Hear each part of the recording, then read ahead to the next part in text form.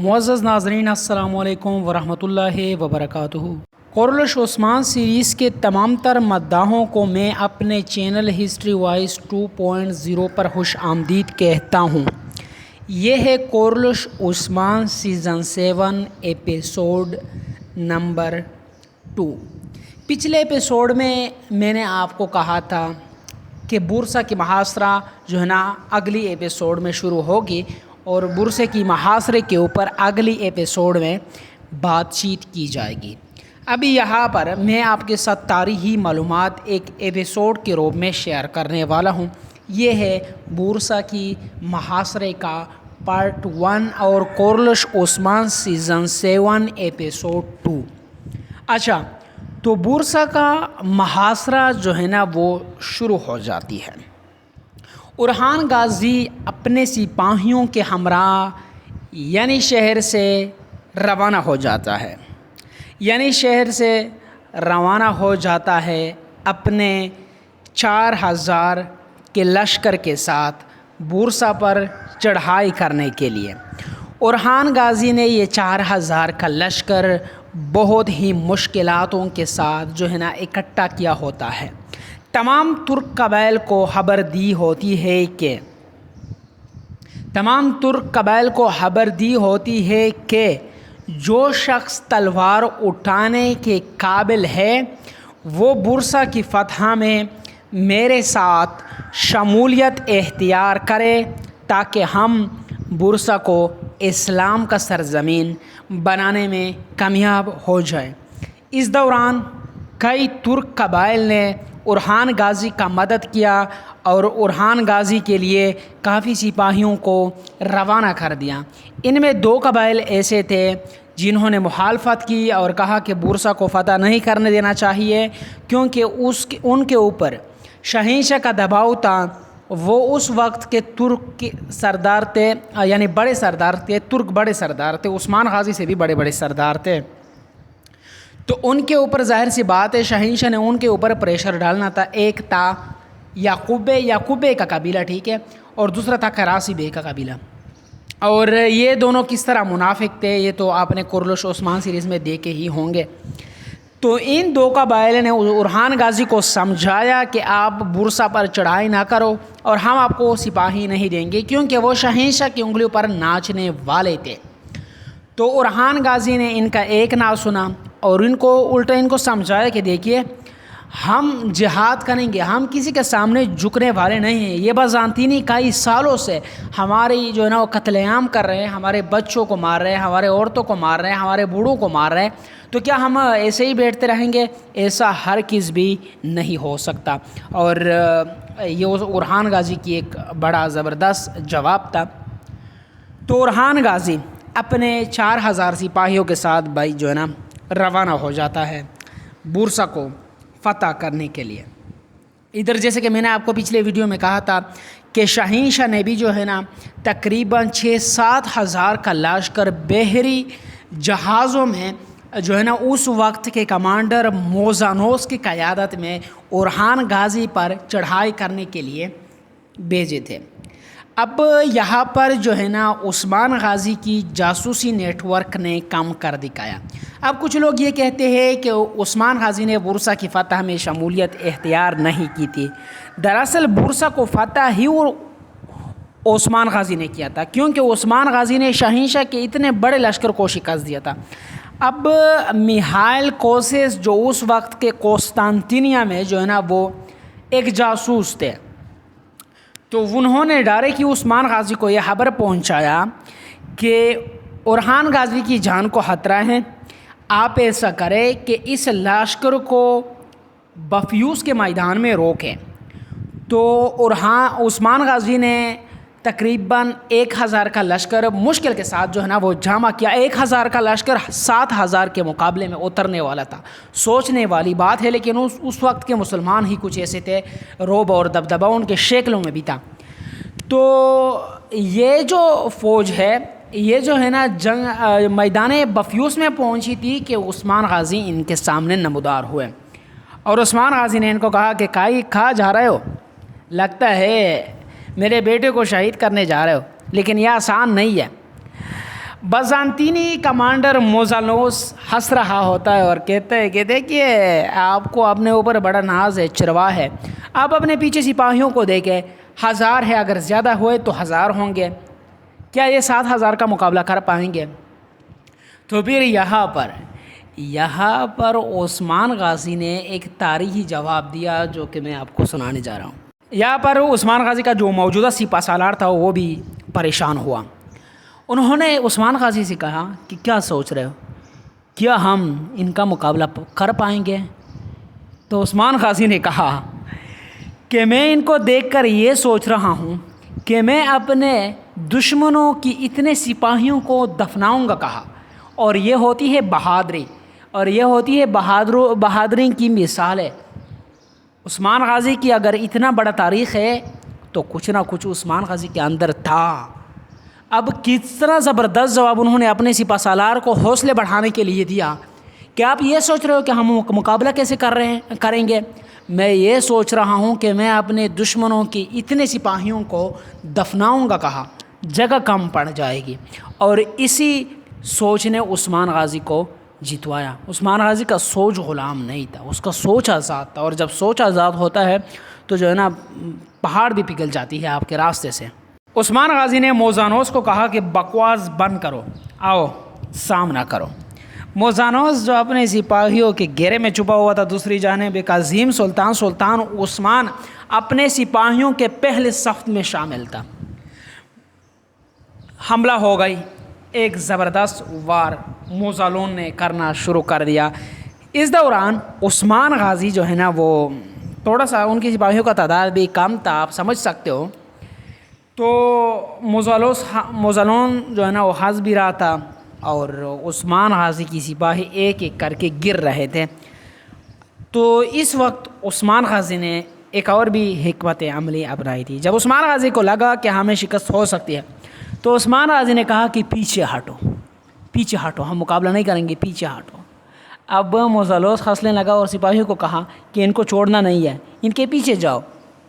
تو عثمان غازی نے کیا کہ عثمان غازی نے جنگل میں اپنے پیچھے کئی سارے سپاہیوں کو جگہ جگہ چھوڑا تھا۔ اب عثمان غازی کی سپاہیوں کے 3 دستے بنے، ایک راستے پر نکلا، ایک دستہ دوسرے راستے پر، اور تیسرا دستہ تیسرے راستے پر۔ یہ دستے 3 راستوں میں جو ہے نا وہ پھیل گئے، اور ان دستوں کے لیے 3 جگہوں میں سپاہی چھپے ہوئے تھے۔ ہر دستے کو یہ جگہ بتا دی گئی تھی کہ آپ نے کہاں پہنچنا ہے، کن سپاہیوں کے پاس۔ اب سپاہی جو موزالون کے سپاہی تھے وہ بھٹک گئے، کچھ ادھر کچھ ادھر اور کچھ ادھر، یعنی 3 راستے میں جو ہے نا عثمان غازی نے ان کو پھیلا دیا۔ اب سپاہیوں کا تعداد ان کے لیے کم ہوا، اور جب یہ سپاہی 3 راہوں میں بھٹک گئے تو ان کو کنٹرول کرنا عثمان غازی کے لیے آسان ہوا۔ تو اس دوران تقریباً 3000 سپاہی جنگل میں مارے گئے، اور پھر موزالوس جو کہ ہنس رہا تھا، اس وقت اس کو کافی پیاس بھی لگی تھی، وہ پانی کی تلاش میں جو ہے نا جنگل میں گھوم رہا تھا اپنے 500 سپاہیوں کے ساتھ۔ تو وہاں پر عثمان غازی نے اس کے اوپر بھی اٹیک کیا، ان کے 500 سپاہیوں کو جو ہے نا قتل کیا گیا، اور جنہوں نے ہتھیار ڈال دیے وہ قیدی بن گئے۔ موزانوس بھی قیدی بن گیا، اور تقریباً 600-700 سپاہی بھی عثمان غازی کی قیدی بن گئے۔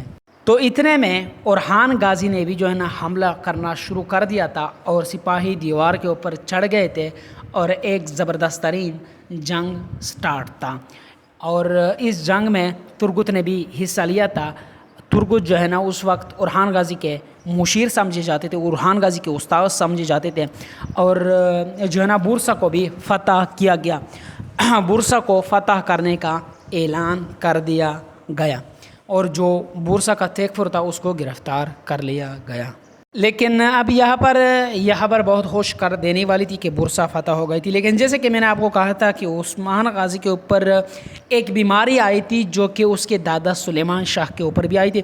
عثمان غازی کا جو طبیعت تھا مکمل طور پر خراب تھا، اور اس دوران عثمان غازی نے جنگ بھی لڑا، جبکہ طبیب نے اسے تنبیہ کی تھی کہ آپ نے چرپائی سے اٹھنا بھی نہیں ہے، آپ نے کسی بھی مہم پر نہیں جانا۔ لیکن جنگ پر جانا عثمان غازی کی مجبوری تھی، کیونکہ وہاں پر بورسا کی محاصرہ جو ہے نا اس میں رکاوٹ آنے والا تھا. پھر اگر عثمان غازی نہ جاتا تو اس دوران عثمان غازی کی طبیعت مکمل طور پر بگڑ چکی تھی. عثمان غازی جانتا تھا کہ کتنا وقت رہتا ہے.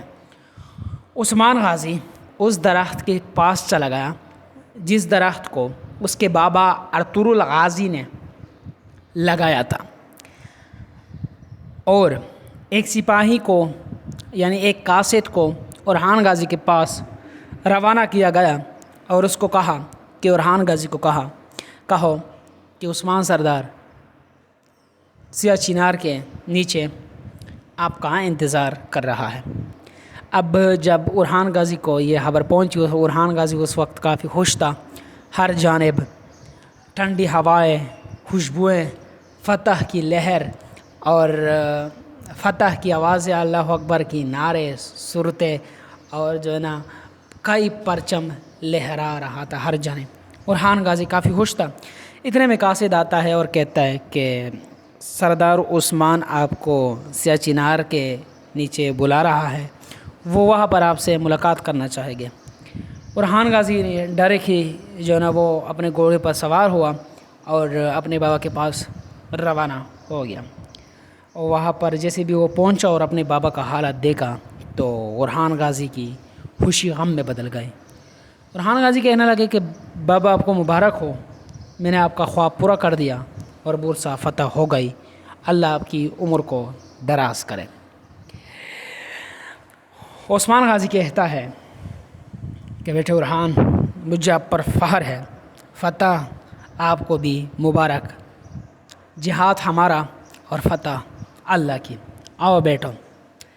پھر کہتا ہے کہ دیکھیں میرے بیٹے، میں جانتا ہوں کہ میرے بعد تخت پر لڑائیاں شروع ہو جائیں گی، لیکن یہ میں بھی جانتا ہوں کہ آپ کا جو بھائی ہے علاؤالدین یقیناً آپ کے ساتھ لڑائی نہیں کریں گی، کیونکہ اس کا تربیت ہی ایسا کیا گیا ہے.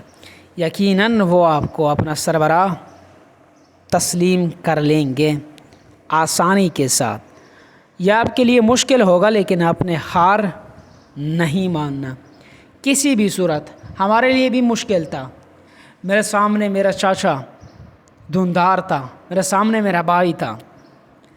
میں نے اپنے چاچا دھندار کو کافی دفعہ سمجھایا، میں اس کو مارنا نہیں چاہتا تھا، اور نہ ہی میں نے اپنے خوشی سے اپنے جو نا چچا کو قتل کیا. لیکن ریاست کے لیے سب کچھ کرنا پڑتا ہے. میں نے کیا کچھ نہیں کھویا. میں نے اپنی زوجہ کو کھویا، اپنی اولادوں کو کھویا، سب کچھ جو ہے نا میرے ہاتھ سے نکل گیا تھا ریاست کے لیے. میں نے اپنے چاچا کو بھی کھویا ریاست کے لیے، اس کو مارنا ہی پڑا. اور اگر میرے سامنے میرا بھائی بھی آتا، میرا سگا بیٹا بھی آتا ریاست کے معاملات میں یا ریاست کے ساتھ غداری کرتے ہوئے، تو میں اس کو بھی قتل کرتا، میں اس کو بھی نہیں چھوڑتا. تو میں آپ کے لیے یہ ریکمینڈ کر رہا ہوں کہ دیکھیے، سب سے پہلے آپ نے سب کو سمجھانا ہے، سب کو سمجھانا ہے. جو آپ کے ساتھ نہیں مانے گا اس کو میرا ہاتھ دکھا دینا جو میں نے آپ کے لیے لکھا ہے. میں آپ کو سلطان مانتا ہوں، میں نے آپ کو سلطان بنایا ہے. جو آپ کے ساتھ نہیں مانے گا وہ میری حکم کی تعمیل نہیں کرے گا اور ریاست کے ساتھ غداری کرے گا. لہٰذا ان کا خون آپ کے لیے حلال ہے اور کسی بھی غدار پر کبھی بھی رہے مت کرنا. دوسرا نصیحت آپ کے لیے یہ ہے کہ انصاف سے نہ بھٹکنا. جس دن انصاف معاشرے سے ختم ہو گیا تو سمجھو وہ معاشرہ ختم ہو گئے. آپ نے اس انصاف کو ترجیح دینی ہے، اور انصاف سے بھی بڑھ کر اسلام کو ترجیح دینی ہے. اسلام میں ہمارے رسول صلی اللہ علیہ وسلم نے ہمیں جو راستہ بتایا ہے آپ نے اس پر جانا ہے. اگر آپ اس راستے سے 1 انچ بھی بھٹک گئے تو جان لو کہ آپ کے نسلیں بھی جو ہے نا وہ برداشت نہیں کر پائیں گے، کیونکہ آپ سربراہ ہو. سربراہ مشکلیں اپنے سر پر اٹھائے گا لیکن نہ غلط فیصلے کرے گا اور نہ اسلام اور نہ دین حق سے بھٹکے گا. دوسرا نصیحت آپ کے لیے یہ ہے کہ شیخ ادابالی ناراض تو سمجھو میں بھی ناراض. شیخ ادابالی خوش تو سمجھو میں بھی خوش. وہ ایک عالم دین ہے، اس کے پاس ایک بڑا علم ہے، اس کا قدر کرو. جو آپ کو وہ راستہ دکھائے اس راستے پر چلو. کبھی بھی اپنے آپ کو ان کے سامنے بڑا تصور نہ کرو، ان کے سامنے اپنے آپ کو بڑا نہ کرو۔ ان کے سامنے آپ ایک سلطان نہیں بلکہ ایک عام شخص ہوں گے، ان کا شاگرد ہوں گے، اور ہمیشہ ان کے بتائے ہوئے راستے پر چلو، آپ کا فائدہ ہوگا۔ میں نے دیکھا ہے شیخ ادب علی ایک عظیم انسان ہے، یقیناً ریاست کو آگے بڑھانے میں اور انصاف کے فیصلے کرنے میں وہ آپ کا مدد کرے گا۔ میرے بعد فتوحات کو جاری رکھنا۔ میں نے جتنے فتوحات حاصل کیے، اگر ان سے 10 گنا آپ نے زیادہ حاصل نہ کیے تو میں حشر کے دن آپ سے حساب لوں گا۔ موت اور زندگی اللہ ہی کے ہاتھ میں ہے، لیکن آپ نے کوشش کرنی ہے۔ اگر آپ نے زندگی یوں گزاری، کچھ نہ کیا، تب میں حشر کے دن آپ سے حساب لوں گا۔ میرا ہوگا ہاتھ اور آپ کا ہوگا گریبان۔ یہ نصیحت تھی ایک بیٹے کے لیے، عثمان غازی کی ایسی نصیحت ہونی چاہیے۔ جب برہان غازی نے یہ نصیحت سنا تو آنکھیں سے آنسو بہہ گئے اور کہا کہ میرے بابا، اپنی آخری سانس تک، خون کی آخری قطرے تک اس ریاست کے لیے لڑوں گا۔ اب برہان غازی کیسے لڑتا ہے، کیا کرتا ہے، کیسے کرتا ہے، ہم آگے چل کر آپ کو بتائیں گے اور برہان غازی کی کارنامے آپ کو دکھاتے ہیں۔ آج کی ایپیسوڈ کا اختتام یہیں پر ہوتا ہے۔